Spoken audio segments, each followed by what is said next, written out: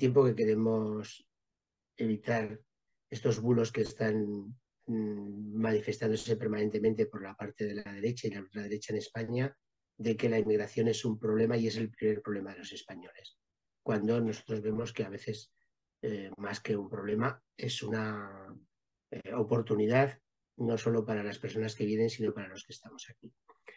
Tenemos tres ponentes que nos van a hablar de la inmigración, sobre todo la inmigración en Aragón y de forma general los estudios que han realizado. Tenemos a Manuel Pino, que es una persona que desde la escuela y desde la pedagogía ha trabajado temas de inmigración y de interculturalidad. Tenemos a Federico Avizanda, que es un estudioso de la inmigración en Aragón y en el mundo. Y también estará José Luis Alonso, que se va a centrar en desmentir los bulos, los grandes bulos que hay en torno a la inmigración. Ya digo que para nosotros posiblemente sea una ventaja y así lo vamos a analizar, más que un problema que no lo es. Por eso le doy la palabra en primer lugar a Manuel Pinos, cuando quieras, para que nos hable tanto de por qué las personas vienen, qué es la inmigración, el problema que encuentran y cómo ven la sociedad aragonesa. Cuando quieras, Manuel, pues puedes hacer intervenir y luego le daremos paso a Federico y termina José Luis hablándonos de datos. Cuando quieras, Manuel, puedes intervenir. Pues buenas tardes y bienvenidos y bienvenidas todos a esta charla. Sí que es un tema que está en boca de todo el mundo y cuando los medios y sobre todo determinadas ondas mediáticas lo agilizan, pues parece que todavía salta más en candelero. Temas como por ejemplo ayer que se celebró el 25N, pues ese como no sale, como no interesa, pues en el ranking de preocupaciones del CIS, pues me parece que ocupa el puesto 47 o 48. Sí que es importante de momento intentar definir qué es un inmigrante, porque hemos de tener claro que no tiene un término jurídico, no es una palabra que tenga un valor jurídico. Un inmigrante es, a nivel popular, a nivel de conocimiento, como se entiende, es un extranjero de un país, iba a decir como mínimo, más pobre que nosotros. Nadie se le ocurre pensar que un alemán sea un inmigrante o que un belga sea un inmigrante. Sí que se piensa que es un inmigrante, pues un ciudadano de Marruecos, un ciudadano de Venezuela, un ciudadano de Ecuador, y el hecho de que sea de países más pobres que nosotros, pues es una realidad que cambia.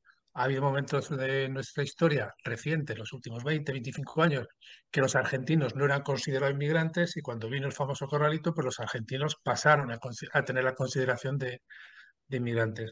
Por eso digo que es un término, sobre todo, fundamentalmente de economía y desigualdad, porque al hablar luego un poco de por qué vienen, cuáles son las causas de la inmigración, está el trasfondo de la desigualdad. Y en el caso de tanto de España, y lo podemos trasladar también si acaso, por ejemplo, a Estados Unidos, pero el caso de España y de Europa sería la fractura mediterránea y la doble desigualdad.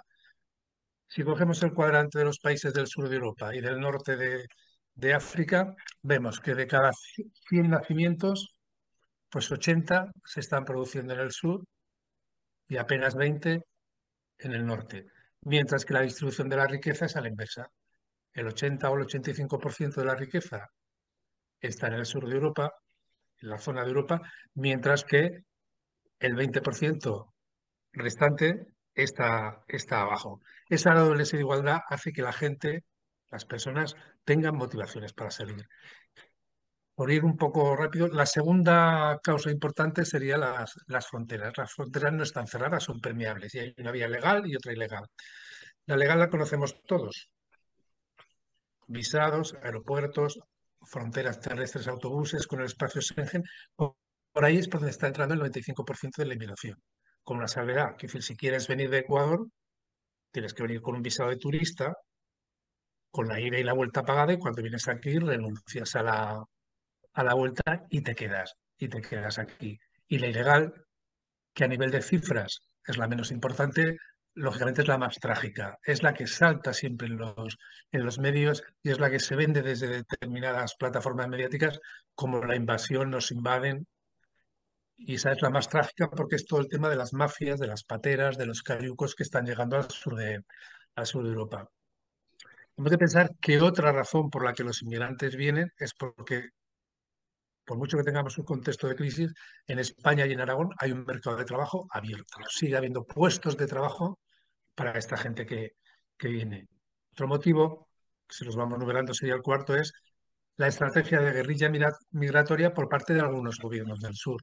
Eso lo sabemos, que es decir, Marruecos juega con los intereses, juega con los convenios de pesca, juega no sé, a la hora de decir o negociáis o admitir las propuestas que yo os hago, o si no, quito la vigilancia, dejo que pasen, monto las movidas que se montan en Ceuta y Melilla de forma regular y tenemos pues, esas avalanchas, entre comillas, de inmigrantes que intentan pasar a Ceuta o a Melilla como la única escapatoria que ellos tienen.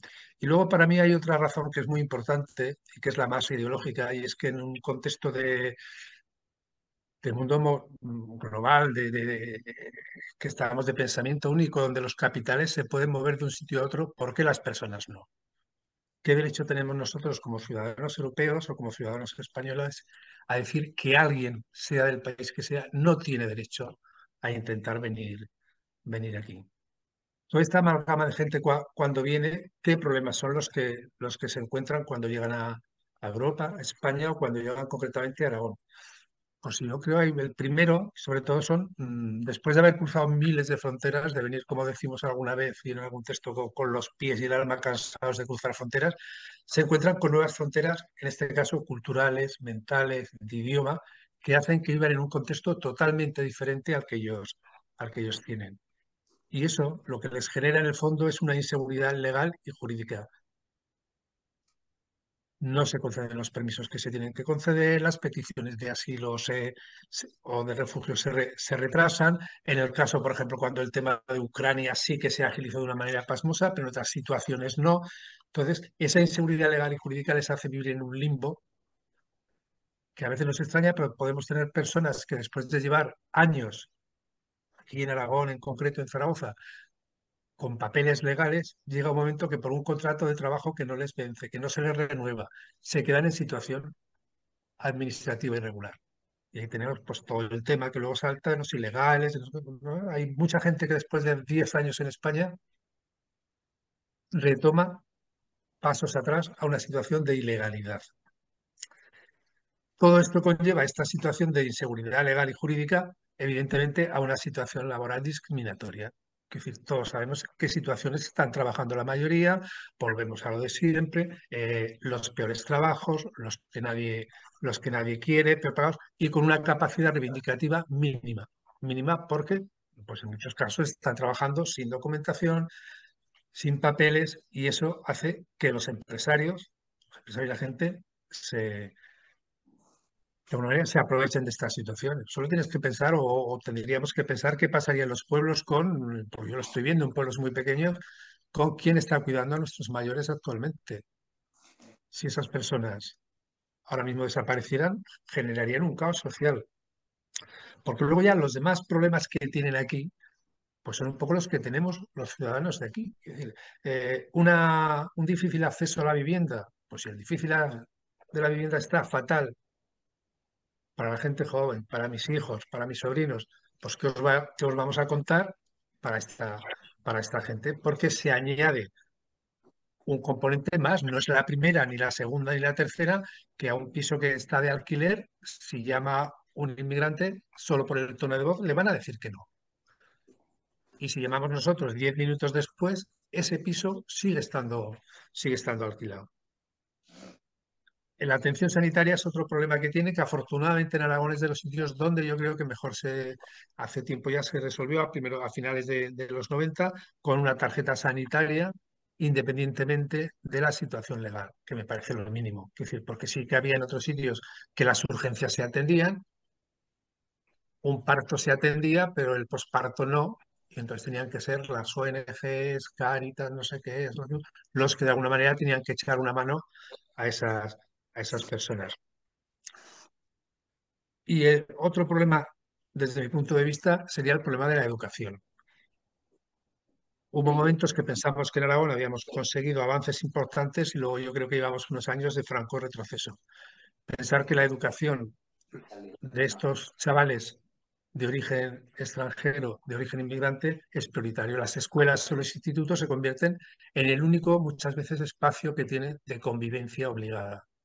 Y viven como un verdadero drama cuando llegan las vacaciones, cuando llegan situaciones en las cuales pierden el contacto, porque fuera del colegio, del instituto, no se relaciona con nadie. Entonces, tenemos que tener medios suficientes para que el aprendizaje de español se garantice, para que el acceso de igualdad sea el mismo.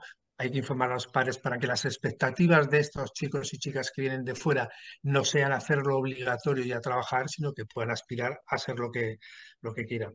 Todo esto luego se mezcla en lo que hemos dicho antes, la sensación que se tiene de miedo e inseguridad, y ahí ya vamos a dos palabras que supongo que yo solo las quiero apuntar ahora, que supongo que se harán en el debate, que son la xenofobia y el racismo, que evidentemente no solo vamos para atrás, no se está reduciendo, sino al contrario. Es decir, y mensajes de formaciones políticas muy concretos lo único que hacen es echar más leña al fuego. O sea, el enemigo no es el inmigrante, el enemigo no es el extranjero que viene a trabajar. Y carteles, como veíamos cuando decían que el dinero que se destina a los menas es el que le quita la pensión a tu abuela, pues eso solo hace que en una sociedad desinformada genere todavía más xenofobia y más racismo. Pensar que había un montón de gente, por ejemplo, cuando hicimos las encuestas con Federico para el SIP, que hicimos encuestas a chavales extranjeros o de origen extranjero de 15 a 29 años, el 65% decía que en algún momento él se había sentido discriminado en nuestra sociedad. Y luego, por cerrar un poco este primer bloque, sí que tenemos que tener claro como sociedad cuál es el escenario que queremos construir. Cuando se nos comenten los datos que tenemos, pues empezamos a ver que es una realidad importante. En nuestras escuelas y institutos hay 30.000 chavales estudiando, que son el 12, el 13, el 14% de la población que tenemos. Entonces, tenemos que tener claro si por lo que apostamos es por un escenario de conflicto visible y selectivo, y me refiero a visible porque se ve en la calle, y selectivo porque no es con todo el mundo, no va a ser con los ciudadanos de la Comunidad Europea. A lo mejor con los rumanos tampoco, porque son también blancos de piel y tienen los ojos azules y la religión católica, pero sí con el colectivo musulmán, sí con determinados colectivos eh, africanos. O damos un paso más y nos vamos a un escenario de diversidad cerrada que tampoco funciona, que sería un poco el modelo de Inglaterra o el modelo de algún otro país europeo, donde sí que se les deja vivir, que se crean sus núcleos, se crean sus ciudades, pero no tienen ninguna relación con la sociedad de acogida. Entonces, hay muy poco conflicto en principio visible porque no hay relación. En el momento que salta la relación es cuando se ven estos conflictos. Otro tercer estadio sería el modelo francés, que en principio yo creo que se infravaloró mucho y vemos que no está dando resultado, que es un escenario de asimilación. Eso significaría que algo aquí, como si vienes a Zaragoza o si vienes a Aragón, te pones el cachirulo, aprendes a bailar la jota y a decir co, y eso no conduce a nada. El escenario de asimilación, si no va con que tienes los mismos derechos y los mismos deberes, no funciona. En Francia se ha visto que sí, que chavales ya jóvenes de tercera generación, pensamos que ahí proviene la inmigración, sobre todo argelina, de cuando era colonia, esos chavales han podido estudiar derecho, han podido estudiar medicina, pero luego no pueden trabajar en un hospital porque se llama Mohamed y no se llama Jean-Pierre. Y eso es lo que hay detrás de los conflictos que hubo en Marsella, detrás de los problemas que muchas veces hay en Francia, diciendo, si es un francés, si este no tiene ningún problema. No, no. Lo que hay detrás es la desesperanza de decir, me estás ofreciendo un mundo a mi alcance, yo me he esforzado en estudiar y ahora cuando tengo que salir fuera no tengo las mismas oportunidades. Y luego el único escenario posible sería un escenario de integración donde respetando los aspectos culturales que tú traes, respetando lo que tenemos aquí y la línea yo creo que tiene que definir un poco el debate que muchas veces se genera en conversaciones de bar, de tertulias, que es qué tenemos que respetar de la gente que viene de fuera. Bueno, pues está claro que hay cosas que no se tienen que respetar. Y la línea es los derechos humanos. El maltrato o el machismo será muy cultural, pero eso no lo podemos permitir. será muy cultural en en algunas zonas de África, el tema de la ablación del clítoris, aquí eso no se puede consentir. Es decir, eso no entra dentro de lo que sería, es decir, respetar al que viene. No, no. Es decir, hay un convenio que es los derechos humanos, que son los que se tiene la única base a partir de la cual podemos negociar. Porque luego, que lleves el velo o no lleves el velo, o si puedes entrar al instituto con el velo o no el velo, a mí personalmente me parece una solemne tontería. Pero no solo me parece a mí, sino que cuando preguntábamos también en las encuestas estas que hablaba antes con Fede, a los chavales aragoneses entonces, a los que están en los institutos, si a ellos les molestaba que una compañera suya llevaba velo, pues un porcentaje altísimo nos decía que le daba completamente igual.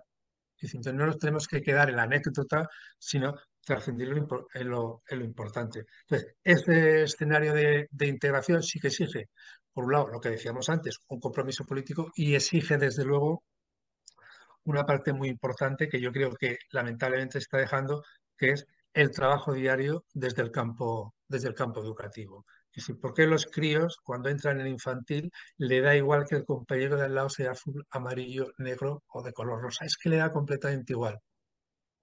Conforme van creciendo, el hecho de que no jueguen juntos, de que no compartan espacios juntos, llega un momento que cuando pasan a los institutos se produce esa separación, que ya sí que siguen conviviendo, pero dentro de las aulas. Cuando termina, sale. Eso es lo que tenemos que hacer, que ese tejido social que empezamos a construir, si no hay diferencias, cuando los críos empiezan en la escuela y se acostumbran a esa diversidad, que luego no seamos la sociedad, el resto de la sociedad, los que vamos marcando esas diferencias. Y yo, si acaso, con esto, por dar tiempo a los demás y que se genere un poco el debate, terminaría esta primera parte de esquema y de aproximación un poco al tema. Muchas gracias, Manuel. Es decir, es una introducción bastante interesante, ¿no? Porque hablas de la integración como modelo, integración total como modelo, y yo creo que es lo que nos tiene que regir, ¿no? Como sociedad aragonesa. Federico, cuando quieras, haces tu intervención y así vamos enriqueciendo el debate o el posible debate después de las intervenciones. Cuando quieras. Muchísimas gracias, buenas tardes a todas y a todos. Encantado de estar aquí compartiendo este espacio esta tarde y ver muchas caras amigas y conocidas. Yo básicamente voy a dar 4 ideas para el debate. Básicamente no voy a hacer aquí una masterclass de migraciones, voy a dar 4 ideas. Una primera idea. Necesitamos políticas basadas en la evidencia. Esto se puede aplicar a muchos campos, pero en inmigración, desde luego, es absolutamente palmario. Es una de las áreas de las políticas públicas en las que se hace totalmente todo lo contrario de lo que nos dice la evidencia científica, la literatura, los estudios y todos los conocimientos que tenemos acumulados, que ya son bastantes sobre inmigraciones. No hay descontrol ahora mismo. Y en contra de lo que todo el mundo opina, vivimos probablemente la época de menor migración de la historia. Sin embargo, aquí estamos todos enroscados en que el siglo XXI y el siglo XX han sido el siglo de las migraciones, en absoluto. Solo ha cambiado una cosa en el siglo XX, el sentido de los flujos. Hasta el siglo XX, los que emigraban eran los europeos, hacia el resto del mundo, hacia África, hacia América, hacia Asia. En el siglo XX lo único que cambia es que vienen a Occidente y a Europa, y sobre todo americanos, africanos y asiáticos. Los niveles son bajísimos. Y si coges una gráfica y calculas el porcentaje de población mundial que es migrante, está en el 3,6. Es decir, solo hay 281 millones de migrantes en el mundo. Solo hay 281 millones de migrantes en el mundo, el 3,6% de la población mundial. Dicho de otra manera, el 96,4% de la población mundial vive donde nació. Y sin embargo, todos tenemos la percepción de que la migración es el superproblema de la humanidad. Necesitamos, insisto, políticas basadas en la evidencia. Tampoco tenemos un aumento masivo de refugiados. El número de refugiados en el mundo fluctúa en función de los datos. Y hoy estamos en niveles de los años 90. Bajó desde los años 90, pero ha vuelto a subir un poco. Estamos en niveles de los años 90, no estamos viviendo nada extraordinario. Por lo tanto, primera idea, políticas basadas en evidencia. Segundo, salir de la visión eurocéntrica de las migraciones. Ahora estamos todos empeñados en que Europa es el gran, digamos, punto de destino de los refugiados. No es verdad. Mira, os voy a dar los datos de cuáles son los países que acogen refugiados en el mundo. Irán es el donde más refugiados hay. Irán.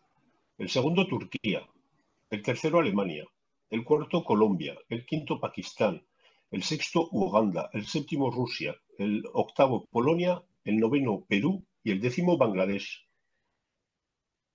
Sin embargo, tú ahora sales a la calle y dices, es que vienen aquí todos. Pues no. Los refugiados están en Irán, en Turquía, en Colombia, en Pakistán, en Uganda, en Perú, en Bangladesh.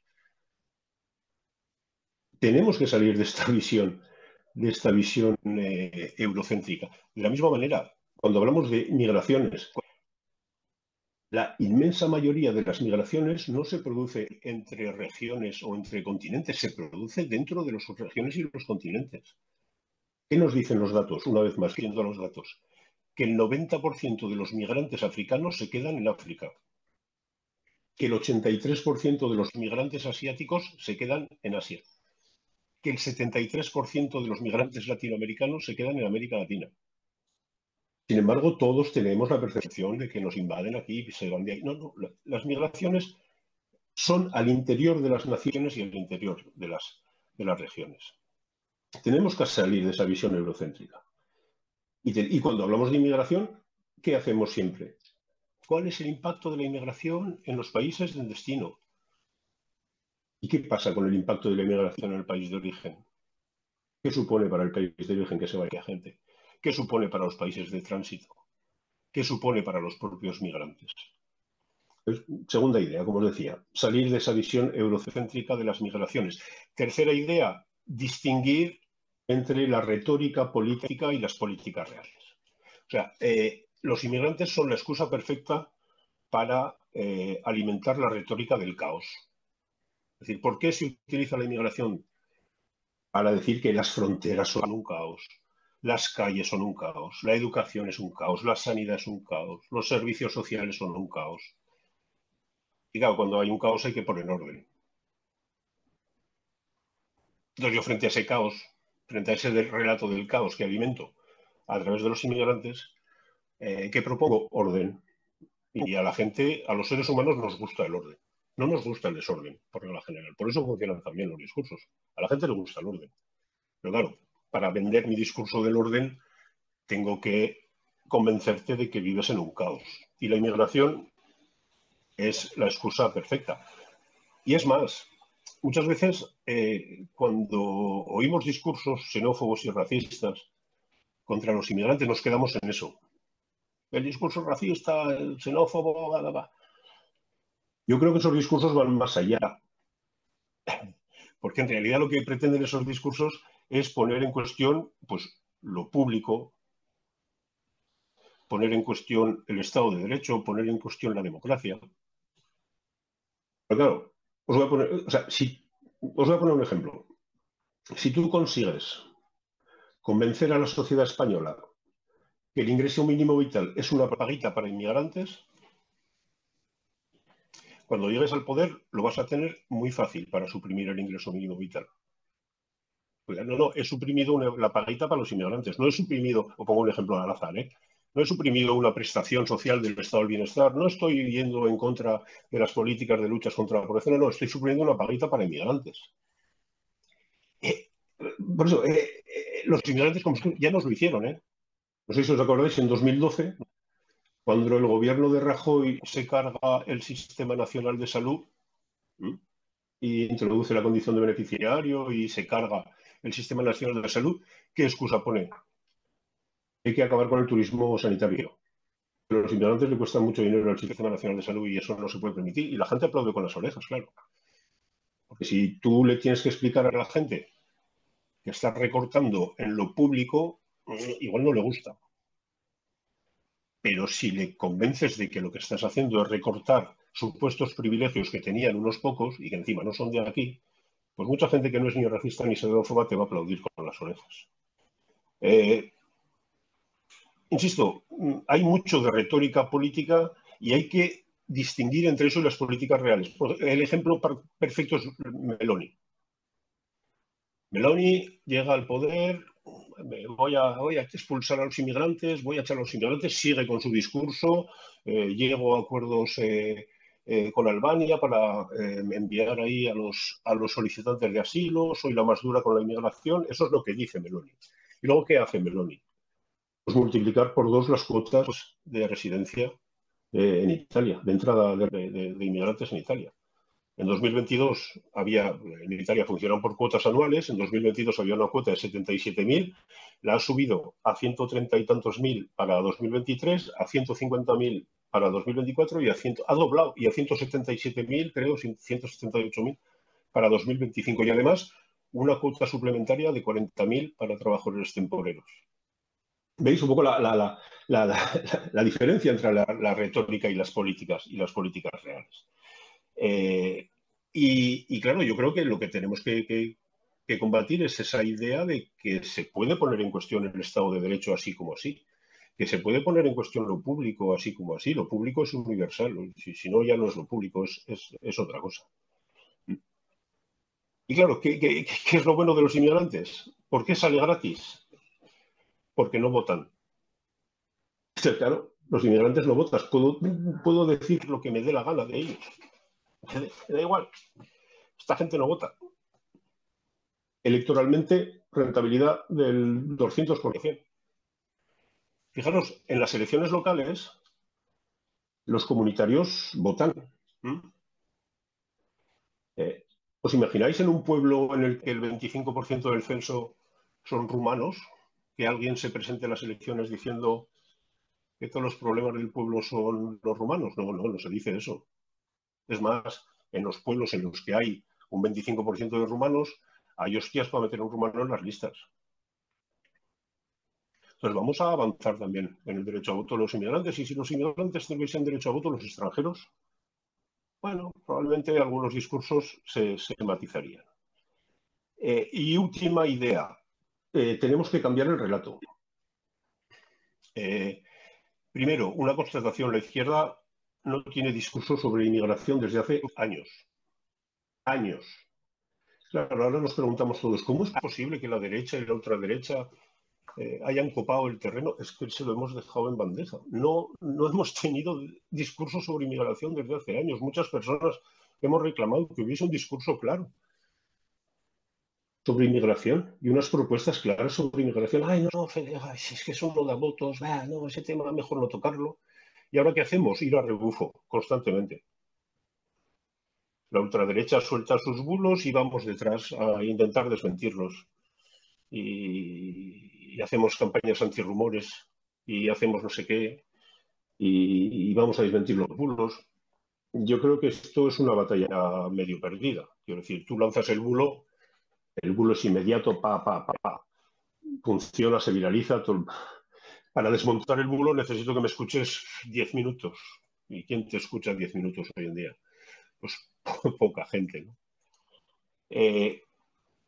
Yo creo que la inmigración ocupa, como os he dicho, un espacio desproporcionado en el debate político, social y mediático.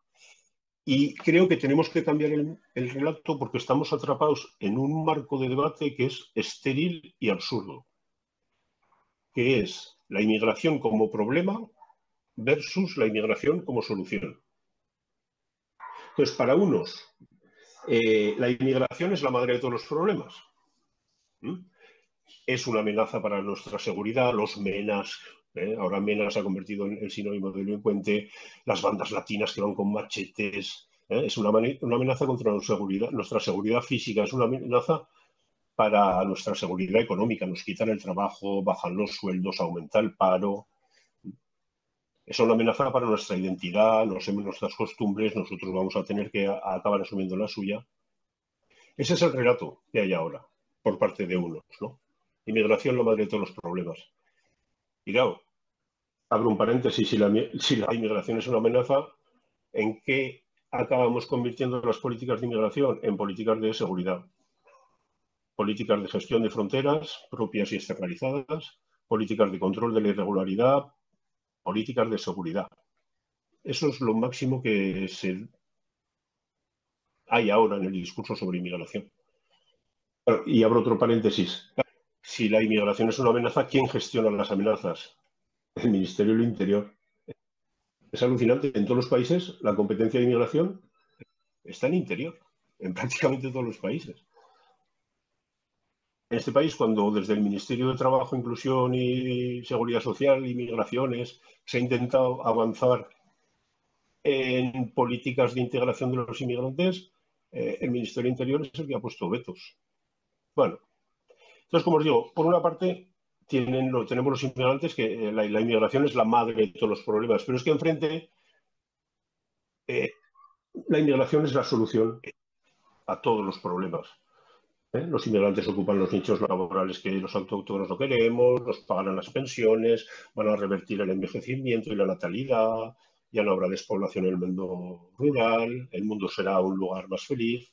Es un debate, desde mi punto de vista, absolutamente estéril. O sea, decir estoy a favor o en contra de la inmigración es un debate absolutamente estéril que no nos lleva a ningún sitio, porque moverse es algo consustancial a la mayoría de los seres vivos. O sea, los seres humanos nos movemos porque tenemos pies, y los animales porque tienen patas, y los pájaros porque tienen alas, y los peces se mueven porque tienen aletas.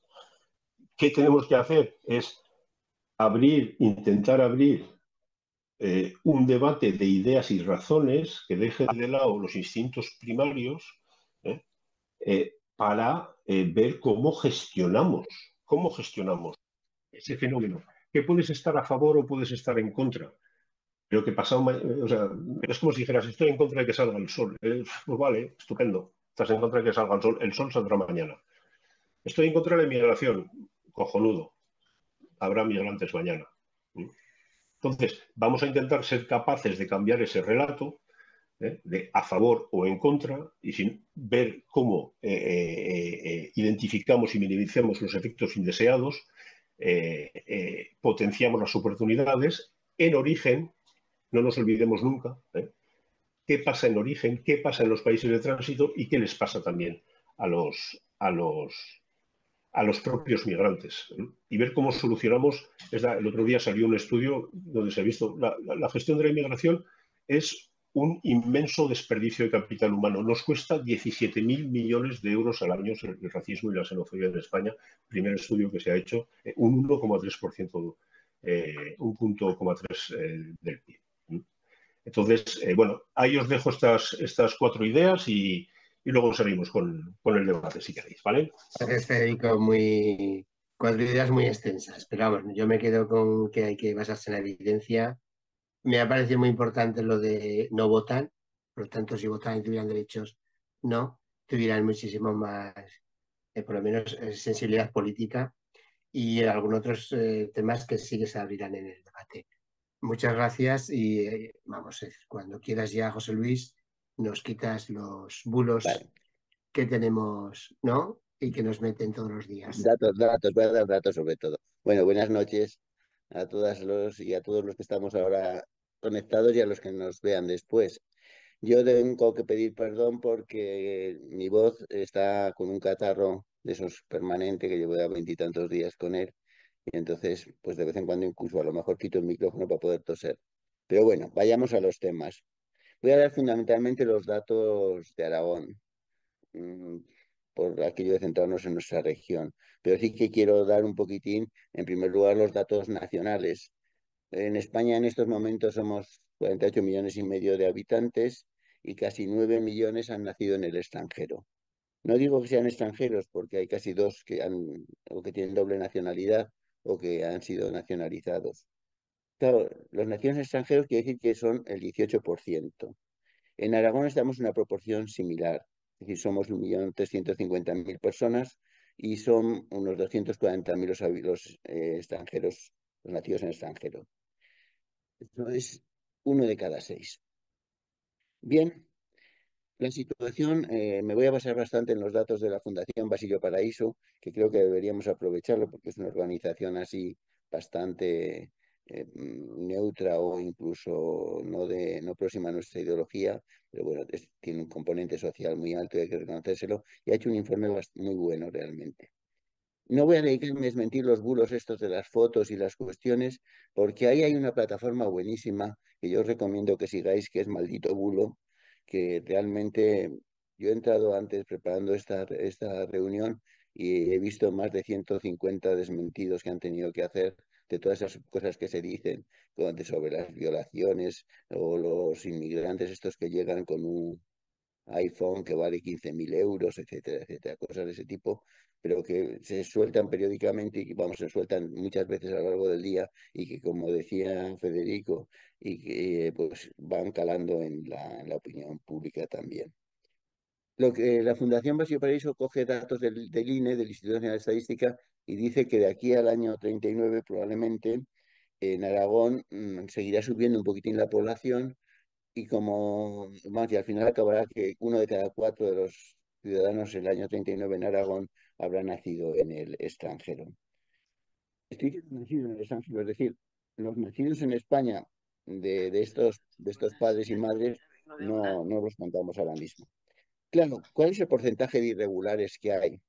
Pues con los datos en España se habla de un 5,19%, es decir, 1 de cada 20 es irregular.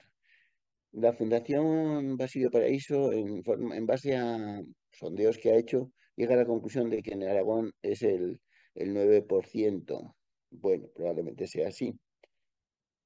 Y ahora viene una de las cuestiones, y es, parece ser que la mayoría son moros y que evidentemente nos van a ir contra atentar contra nuestra cultura cristiana, occidental, los valores, etcétera, etcétera.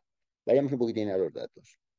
En Aragón lo que más hay es rumanos, hay unos 38.000 rumanos. Los siguientes son las que hay, que son marroquíes, y ahí no llega a 30.000, unos 28.000 y pico, 29.000. Pero después ya empezamos a entrar en Sudamérica. Hay de Colombia hay 29.000, de Colombia hay 18.000, de Nicaragua hay 15.000, de Ecuador hay 13.000, de Venezuela hay 10.000. No sigo por los que hay menos debajo de 10.000, pero si sumáis estos 4 países sudamericanos, hay 50.000. Y musulmanes, para que ese miedo tengamos a que nos arrasen, en estos momentos más o menos es 1 de cada 6. Por tanto, evidentemente se exagera porque conviene, porque es el miedo, porque lo que estaban hablando los dos ponentes anteriores, se hace una política muy clara en contra de todo esto. Vale, otra de las historias que se nos cuenta es que nos quitan el trabajo. Bueno, empecemos primero por una cuestión.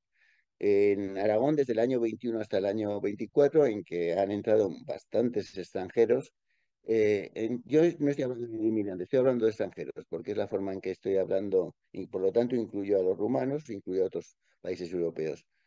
Eh, pues bien, el paro de los nacidos en España, de los españoles, pues ha bajado en Aragón, de los aragoneses ha bajado del 8,70 al 6,91. Es decir, pese a que hayan llegado todos estos extranjeros, pues el paro nacional ha seguido bajando. Perdón. ¿En qué sectores trabajan esta gente?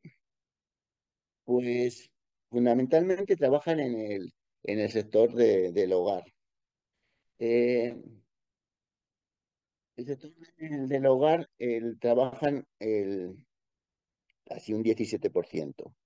Después trabajan en el transporte un 11%, en el comercio un 8%, en la construcción un 8 y pico, en la hostelería también otro 8%, en la industria agroalimentaria un 6,67%.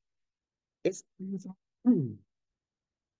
eh, bueno, están ocupando, por tanto, los puestos de menos eh, calificación profesional que necesitan. La verdad es que sus estudios son muy similares a los españoles, en general, hasta que llegan a los estudios europeos, a los estudios superiores, perdón. En la formación profesional, más o menos la proporción que tienen es la misma que la que tenemos en los nacidos en España. Hay una cuestión que es muy curiosa, que es que si analizamos y separamos a aquellos países que tienen doble nacionalidad, como sabéis, son algunos países centroamericanos y sudamericanos. Curiosamente, Venezuela y Colombia no la tienen, Nicaragua tampoco. Pues el resto vienen con unos estudios superiores, incluso un poquitín superiores a la media de los españoles, a la media de los aragoneses. ¿Eso qué significa? Que esta gente se coloca ya mucho más en temas científicos, técnicos y de salud. Casi el 50% se coloca en sectores profesionales altos. Pensar que estamos importando médicos, pensar de estos países, pensar que estamos importando determinadas profesiones así. Bien, por tanto, lo que están fundamentalmente, perdón, ocupando son puestos que los españoles no queremos ocupar. Claro, con eso se da la circunstancia de que yo que me muevo mucho por el mundo rural, tenemos ya municipios en que tienen más del 40% de inmigrantes y municipios por encima del 20%, muchos. ¿Por qué? Porque hemos visto que uno de los sectores en los que entran más es en la agricultura, porque no queremos trabajar nosotros en la agricultura de peones y de estas cosas. Sí que tenemos el tema de las explotaciones familiares, etcétera, etcétera, pero ahí no queremos entrar. Yo siempre ironizo porque en los pueblos cuando te mueves el discurso este de los inmigrantes malos ha calado también. Y yo siempre hago la pregunta, ¿cuántos inmigrantes tenéis en el pueblo? 200, 150, 300, 500. ¿Y habéis tenido problemas? No, son todos muy buenos. Digo, joder, qué suerte habéis tenido de que os han tocado solamente los buenos. Bien, sigamos adelante con los datos. La renta bruta. La renta neta, la renta bruta de los españoles está sobre un poquitín superior a los 14.000 euros. La de los extranjeros, no de la Unión Europea, está sobre los 12.000. Y un detalle curioso, eh, ¿qué número de empresarios hay en comparación entre nosotros y ellos? Pues fijaros, es gracioso. Los españoles, aproximadamente, de la gente que está en la población activa, el 5,25 son empresarios que tienen asalariados. Si, si vemos los extranjeros eh, que tienen doble nacionalidad, es decir, de nuevo la gente que viene con más estudios, superan incluso nuestra proporción, son el 5,69. Y en cambio cae en los extranjeros que vienen de otras partes que no tienen doble nacionalidad, cae al 2,48. En cambio, se invierten las cuestiones y los autónomos en los aragoneses son el 9,77% y los extranjeros que no tienen doble nacionalidad son el 5,44%. Pero bueno, hay una cierta proporción de extranjeros aquí.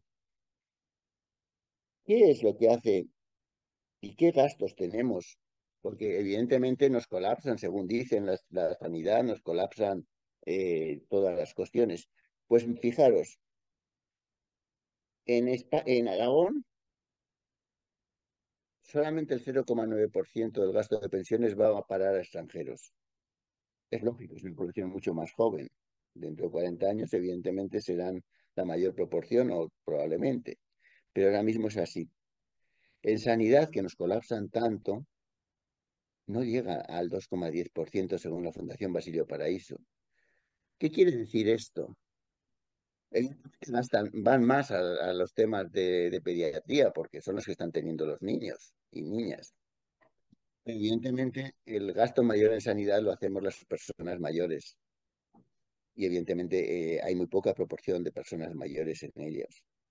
En educación ya se lo ha dicho antes, es un 12 y pico por ciento, lo cual significa que todavía no hay toda la escolarización que debía porque la proporción de niños yo creo que es mayor de ese 12%. En el desempleo están en la misma proporción en la que están en la población, el 17,5%. Recordar que son prácticamente el 17,60% y son la misma proporción. Y ahora vamos a una cuestión curiosa. ¿Gastan muchos recursos? Pues no. Calculando el saldo fiscal neto, es decir, lo que aportan en seguridad social, lo que aportan en seguridad social, lo que aportan en sus impuestos, y descontando lo que reciben, en Aragón el saldo neto son 500 millones de euros. Para traducirlos, están pagando 30.000 pensiones. Los inmigrantes, esos, que a veces la gente se mete con ellos, nos están pagando una parte importante de las pensiones en Aragón. Vayamos a otras cuestiones. Las condenas. Cometen delitos, etcétera, etcétera. Es decir, la proporción de delitos sobre el total de la población extranjera en Aragón es aproximadamente un tercio. Y ya hemos dicho que son un 17%, luego es más elevada la proporción de inmigrantes. Pero tendríamos que hacer ahí muchos matices, porque hay que ir por tipos de delitos. Entonces, por ejemplo, hay bastantes asesinatos, pero no es la población que viene de otros continentes la que más nos provoca todo ese tema de asesinatos. No, es parte de la gente que viene de nuestra misma Europa. Delitos sexuales. De nuevo lo mismo, no es la población que viene de África la que se supone que son delincuentes sexuales natos, no, es la población que viene de Sudamérica cristiana, por cierto, de origen, la que comete más delitos sexuales. En cambio, hay unas cuestiones en que sí que se cometen más delitos en proporción, que es el tema de los hurtos y los robos. Sí, aparte de la población, el índice de paro en estos momentos está sobre el 16, está el doble y pico de nosotros, está sobre el 15 o el 16%. Evidentemente la gente tiene que vivir y si necesita hurtar, hurtará, es lógico que ese tema. Pero vamos, no es exactamente el tema de lo que se nos quiere vender, ni los que vienen en pateras, los que son los delincuentes, etcétera, etcétera. Y también hay que reconocer que en esto de las condenas, que es lo que yo estaba trabajando en estos momentos, más que delitos condenas, eh, la xenofobia también existe. Yo me leía una noticia dada con toda la mala fe, por ejemplo, de un periódico de tirada nacional que decía que el 80% de las detenciones que hacían los mozos en Barcelona eran inmigrantes. Y pensé, claro, justos, pero evidentemente no estaban metidos en los delitos grandes, estaban metidos en los delitos de hurto. Y por desgracia, nuestra policía pues se dedica más a buscar los delitos pequeños que los grandes. Pero bueno, me he alargado más de la cuenta, pero quería resumir un poquitín eso, que los datos reales, por desgracia, no avalan esto. Y yo me quedaría un poquitín con... Ah, por cierto, todos los datos que me ha faltado decir, aproximadamente el 50% de la población extranjera son mujeres. Es decir, una proporción similar a la población nacida en España. Y ya, si queréis, en el coloquio podemos seguir algún dato más. Muy Perdón, bien, que luego... gracias José Luis, que estás esforzándote mucho, estás muy acatarrado. Muchas gracias. De todas maneras, debe ser que este debate da para muchas horas. Entonces está haciendo un poquito largo. Oye, pues después de la introducción de José Luis, cuando queráis podéis Va, intervenir. yo te pido la palabra, venga. Venga, pues Julián, cuando quieras. Bueno, pues, oye, la verdad es que casi ya no sé qué intervenir porque, porque las intervenciones anteriores han sido magníficas, yo creo que me han gustado de una manera, vamos, yo creo que, vamos, habéis sido geniales, habéis aclarado muchísimas cosas. A mí me gustaría, si es posible, em, aportar alguna cuestión, aunque sea como decía Fede, desde una visión un poco eurocéntrica, porque bueno, yo creo que también es una visión que de alguna forma sobre la que hay que hablar. En España nace algo así como un hijo y poco más, un hijo, 19 hijo por mujer, y para cubrir esa tasa de reemplazo se requeriría pues 2 hijos y pico por cada mujer, ¿no? Esto, claro, si además tenemos en cuenta que en nuestro país fallecen más personas de las que nacen, pues fallecen al año 434.000 personas, mientras nacen 300 y pico mil, es decir, tenemos un saldo negativo. Por tanto, está claro a dónde nos lleva todo eso, ¿no? Bueno, tan es así que hay estimaciones que se hacen desde diferentes organismos sobre las necesidades que un país como el nuestro, como España, podría tener en los próximos años. El Banco de España, que lo echa bien lejos, dice que hasta el año 2053 harían falta en nuestro país casi 25 millones de personas más, casi 25 millones de inmigrantes que se deberían ir incorporando de ahora hasta el año 2053. En la Comisión Europea son un poco más modestos y hablan de unas necesidades que van en torno a 250.000 trabajadores migrantes al año durante los próximos 25 años para poder mantener no solamente un estado de bienestar como el que tenemos, incluso ampliarlo, sino para poder hacer sostenible nuestra propia sociedad. Va mucho más allá de lo que es el propio estado de bienestar. Nos hablan a menudo de invasión, de choque cultural, y José Luis daba algún dato de Aragón. En España, en el conjunto de España, más del 50% de los inmigrantes son de Latinoamérica, por tanto, tienen una religión cristiana, católica o cristiana, hablan español, por tanto, su integración desde el punto de vista lingüístico es muy fácil. En África, que es donde podría venir esa otra parte musulmana que tanto miedo produce en algunas partes de nuestra población, de toda África vienen en torno, o están en torno al 21%. Pero es que de Europa hay un 18%. Es decir, nos encontramos con que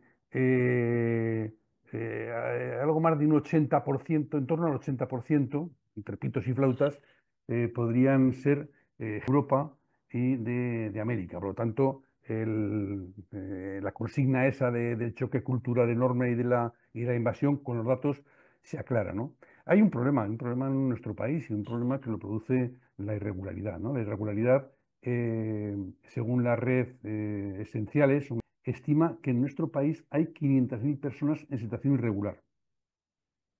500.000 personas en situación irregular.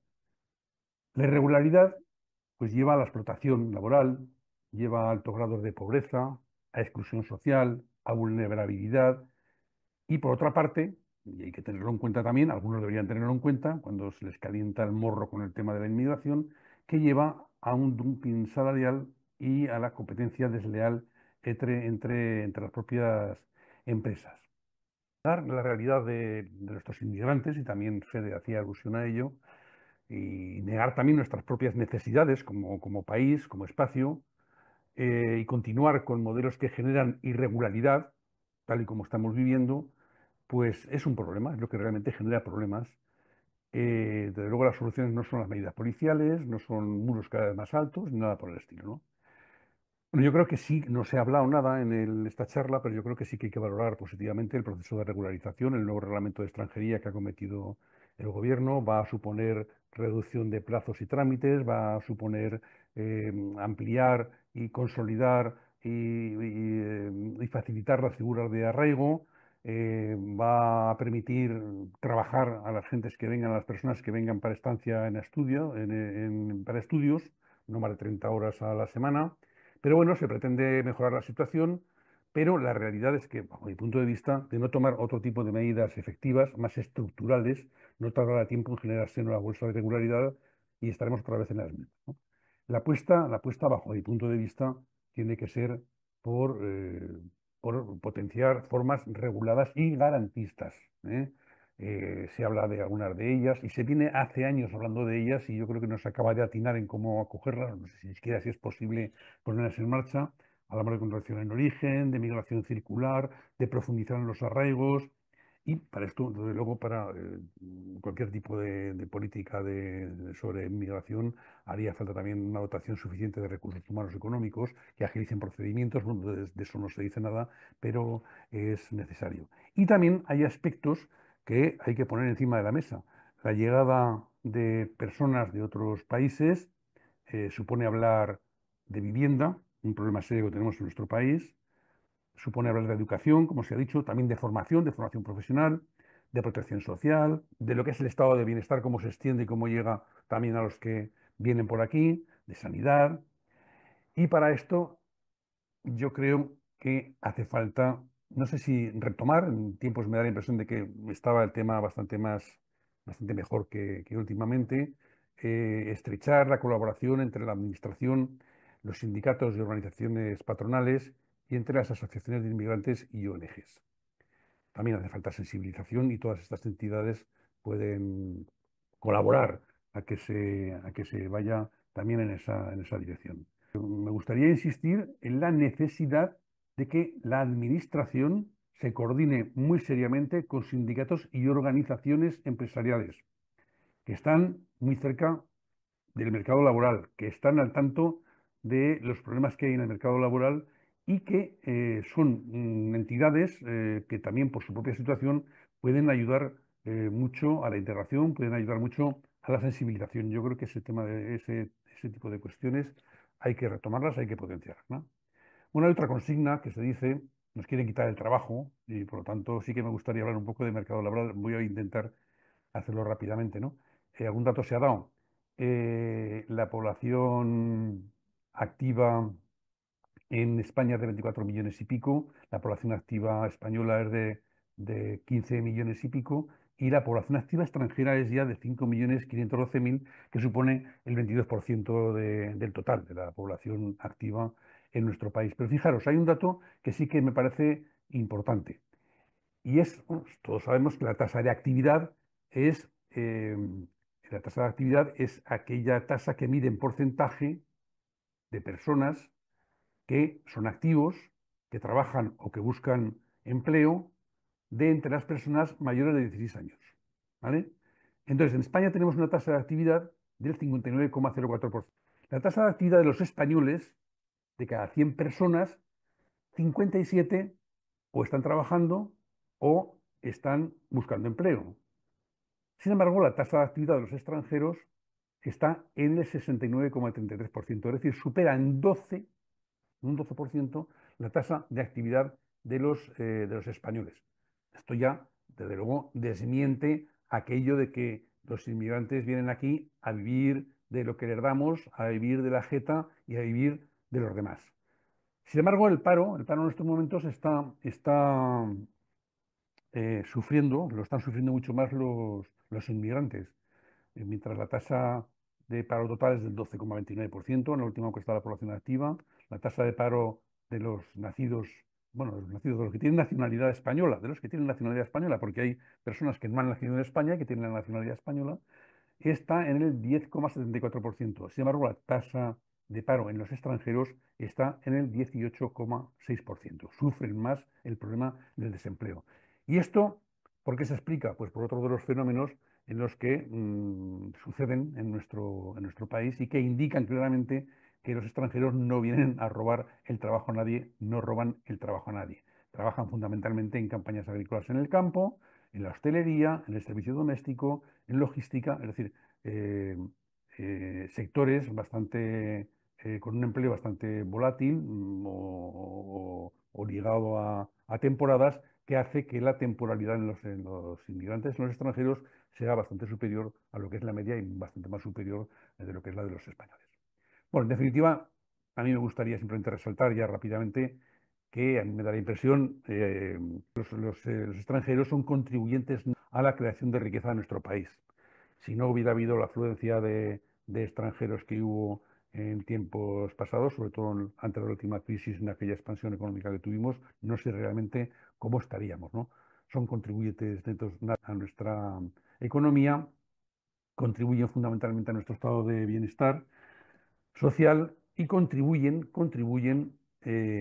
a nuestro futuro como país. Yo creo que sí, que hay que dar batalla a esas corrientes de opinión vinculadas a ideologías de extrema derecha y en ocasiones de derecha no tan extrema, que utilizan el miedo irracional a lo desconocido, las fobias sin fundamento a lo distinto, a lo diferente, para crecer e imponer en nuestra sociedad modelos claramente autoritarios, por no decir claramente fascistas. Gracias, Julián. ¿Alguna otra intervención? ¿Preguntas a cualquiera de los ponentes? Sobre todo a las dos personas que nos hemos invitado, tanto a Manuel como a Federico. alguien que quiera hacer alguna pregunta, algo que se haya quedado en el tintero y queréis. ¿Me permites? Sí, sí, No claro sé que si sí. me oye. Hola. Hola, cuando quieras. La verdad, yo conozco mucho a Fede. Somos del Seminario por la Paz, que sí nos vemos unas veces. Con lo que habéis hablado, realmente poco hay que decir, porque habéis resumido excelentemente todos los puntos que se me ocurren. Pero yo tengo un punto que es, la gente se le habla de su pasión, no a su razón. O sea, todo lo que habéis hablado es para la razón. O sea, la gente cuando razona racionalmente lo oye.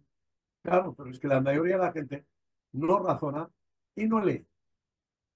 Total. O sea, yo, un caso, una señora conozco, así de, dice, me dan asco esto de unos emigrantes, vamos, negros o morenos, como yo. Digo, te dan asco porque no has leído un libro en tu vida. O sea, de estas personas totalmente incultas. Entonces ese es el problema, como lo que quería yo decir de entrada, que por mucho que hablemos muchas veces, la pasión de las gentes no quieren oír nada. Pero por otro lado, Fede, hablo un poco sobre ello, a mí me llama la atención de que en los años 60, lo que yo, claro, llevo en España desde el año 66. Entonces la gente se lleva de aquí, esto ya lo sabéis todos, porque sois muchos ya coetáneos. Entonces, pero el problema no es ese. El problema es que en los países del tercer mundo, el origen de la migración de hoy, tenían más dinero, vivían mejor. Entonces no necesitaban emigrar. Yo entiendo que puede haber varios factores, pero lo que quería preguntar a ustedes, sobre todo a Fede, porque lo ha mencionado, sobre ¿no crees que la globalización de solamente tú vas a expoliar a estos países, pero a sus gentes no los quieres para nada, y luego les cierras los mercados? O sea, quiero decir, todo esto es motivo para que la gente se busque la vida en donde hay dinero. Quiero decir, por ejemplo, fijaros, en Siria el dólar valía 10 libras hasta hace muy poco. Ahora vale 5.000. Irak, el dinar iraquí, valía $3 hasta hace 4 días, como el kuwaití, ¿no? Ahora vale, no sé si 5.000 o 2.500, me da igual, una barbaridad. El libanés, claro, yo estoy hablando de los sitios que conozco, quizás ustedes conozcan otros que se parecen a eso. Entonces, claro, esta globalización, ¿no crees que eso ha sido un tremor, como dicen los ingleses, que ha movido todo eso de tal forma que ha creado muchísima más pobreza y con lo cual la gente tiene que emigrar por culpa vuestra? Y no te digo la otra cosa, vais a Libia y lo desestabilizáis y lo dejáis hecho en el Brat. Bueno, perdón, no más barato. Vais a Irak y lo dejáis. Vais a Siria y lo desestabilizáis totalmente. Entonces, ¿qué queréis? ¿Dónde van a ir? Es lógico. Quiero decir que yo, son preguntas que lanzo simplemente. Y lo que sí efectivamente me gustaría ya, aterrizando un poco, es, por favor, decirme que como un inmigrante recién llegado, es legal o ilegal, no sé, es regular, llámese como quiera.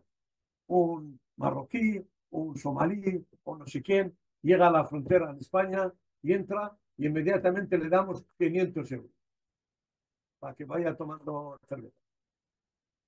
Me gustaría que explicaran qué derecho, cuando alguien es regular, tiene derecho a tener alguna prestación. Porque la gente, es que hasta mis hijos, no, papá, no sabes, no, es verdad que les dan tanto. Un pakistaní que no sé qué, que le dan por los hijos no sé cuántas y tal. Total, dice yo, 2.500 al mes que cobro, ¿para qué voy a trabajar?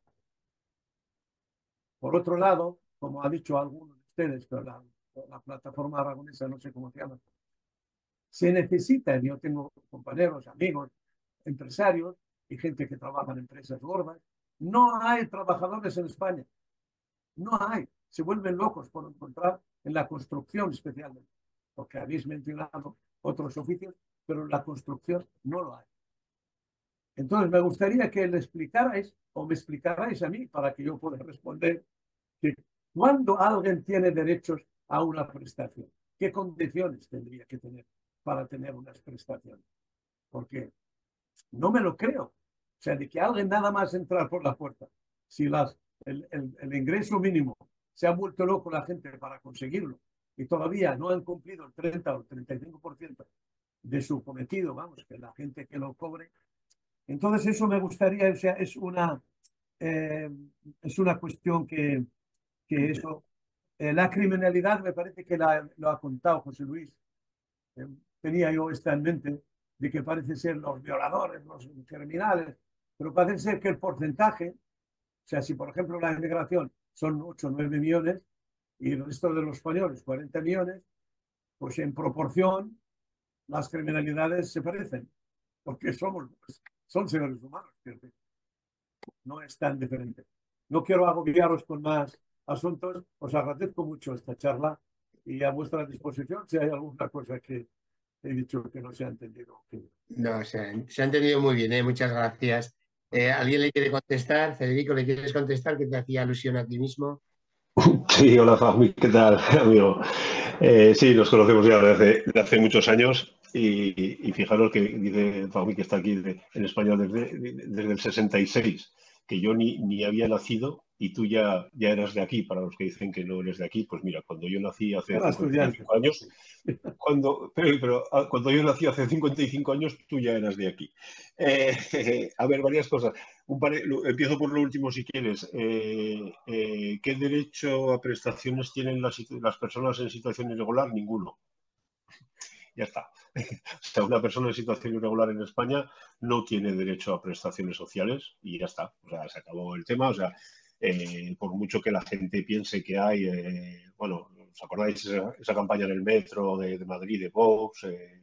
Un MENA no sé cuántos miles de euros, tu abuela 480, bueno, son campañas absolutamente falsas, basadas en la falsedad y en la mentira. Las personas en situación irregular, el primero, no tienen derecho en España a prestaciones sociales, y eso está en las leyes de servicios sociales y está ahí y se puede consultar.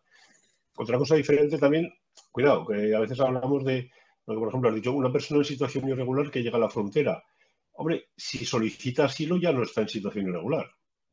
Un solicitante de asilo no está en situación irregular. O sea, vamos a tener eso en cuestión, pero tampoco los solicitantes de asilo tampoco tienen derecho así, en principio, a prestaciones. Si se entra en el sistema de acogida y se acepta su solicitud, podrán entrar en el sistema de acogida que está previsto en España, pero de luego esto de que hay paguitas y estos bulos, claro, son... y además es que la gente es que el problema de los bulos es que la gente cree lo que quiere creer.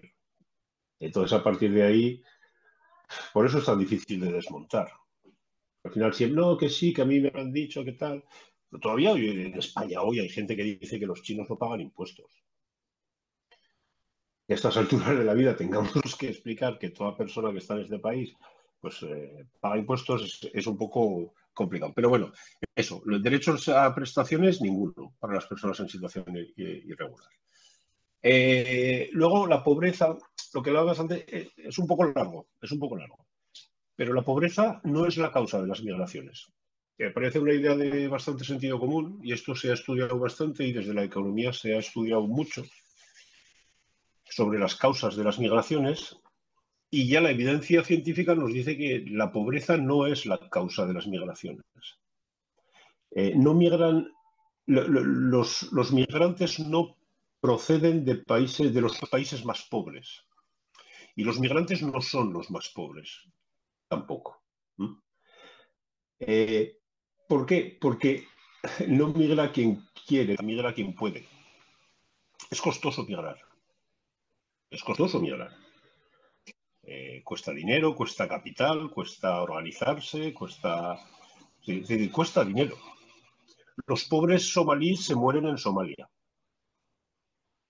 Los pobres afganos se mueren en Afganistán. Los pobres ucranianos se mueren en Ucrania.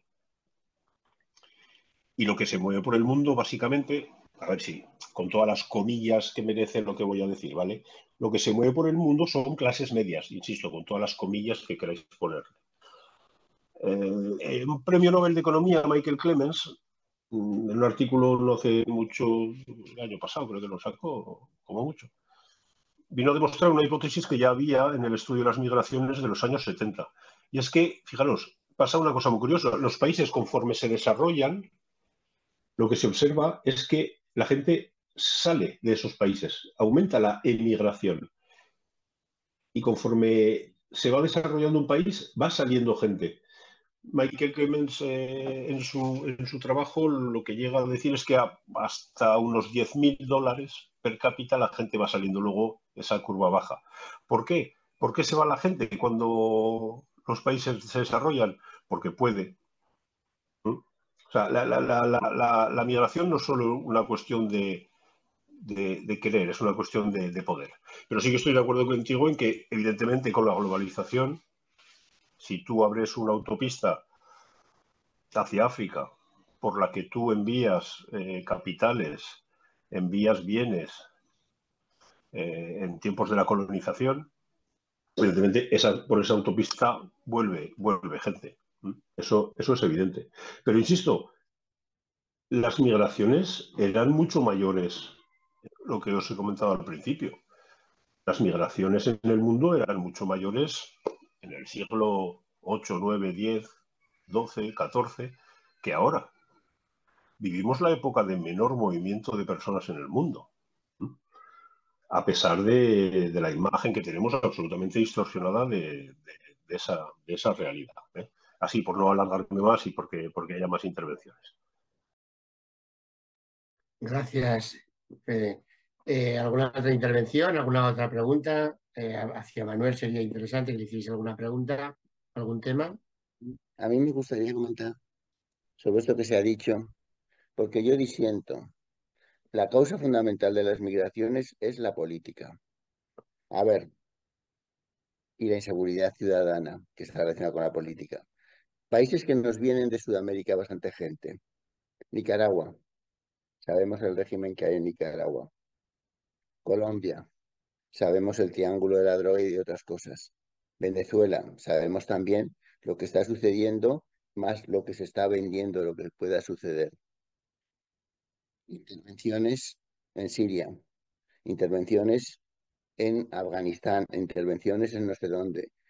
Yo creo que la mayor decisión es la política, la globalización, que es un concepto muy etéreo. A mi juicio, no es tanto el culpable, pero sí que la políticas de los regímenes interiores, las guerras civiles que asolan algún que otro país de África, etcétera, que no provocan la migración, como bien decía Federico, hacia Europa, sino provocan la migración hacia el país vecino, que es el que está más cercano y en el cual pues malviven. Entonces yo creo que tenemos que darnos cuenta de eso. Y lo que decía Federico también es cierto, es decir, cuando un país entra en desarrollo, evidentemente la gente emigra y luego vuelve. Por ejemplo, ahora mismo se está dando ese caso con los rumanos.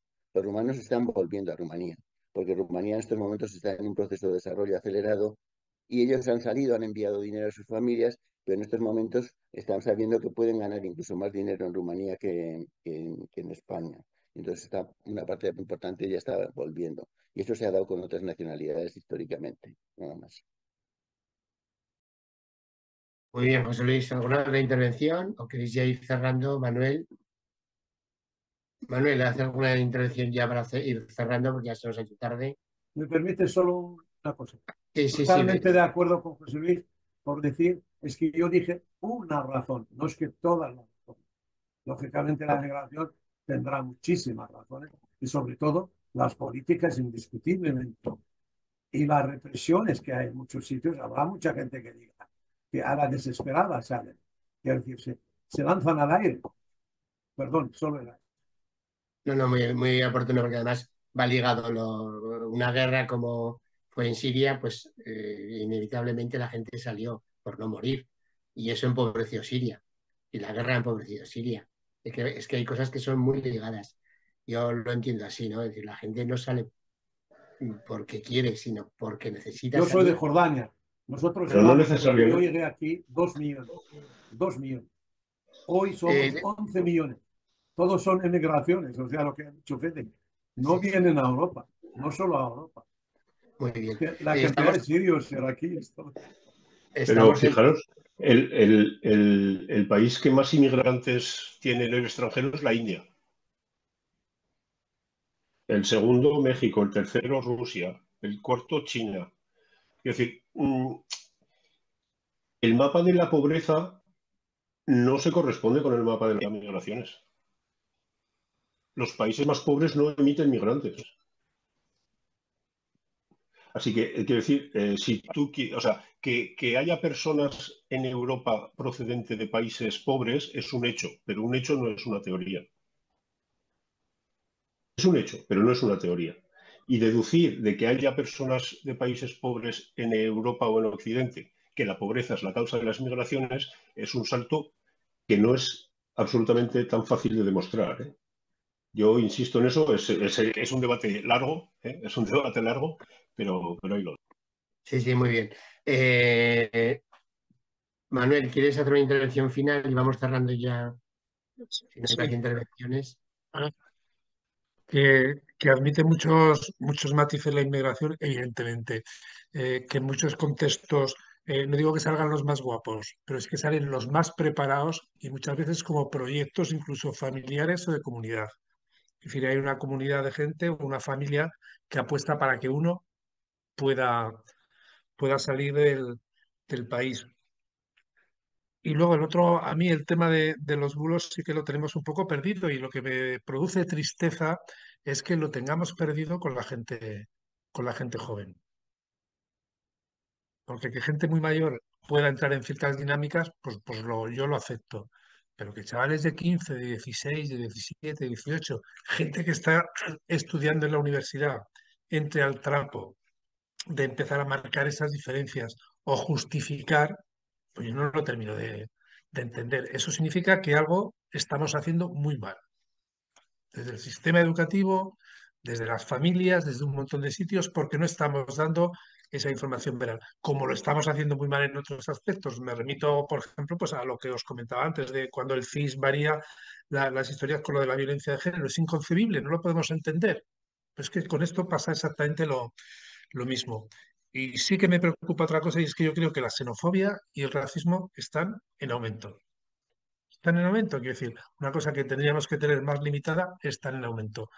Y no muchas veces ese racismo violento, que es el que cogen en la calle a uno y le dan una paliza, no, es el racismo cotidiano, que ese es el que realmente yo creo que machaca, por decirlo de alguna manera, a la gente, que entres en un bar y te vean diferente, que quieras alquilar un piso y no puedas, que vayas por la calle y se cruce, que te montes en el autobús y si te vas a sentar en un determinado asiento de al lado se levantan, que yo eso es lo que creo que tenemos que mimar. Y luego coincido plenamente con Fede en el tema de que desde la política y desde la izquierda hay un déficit terrible de haber tomado carta de decir, esto es lo que hay que hacer, independientemente de que eso sea más rentable o menos rentable a nivel de votos.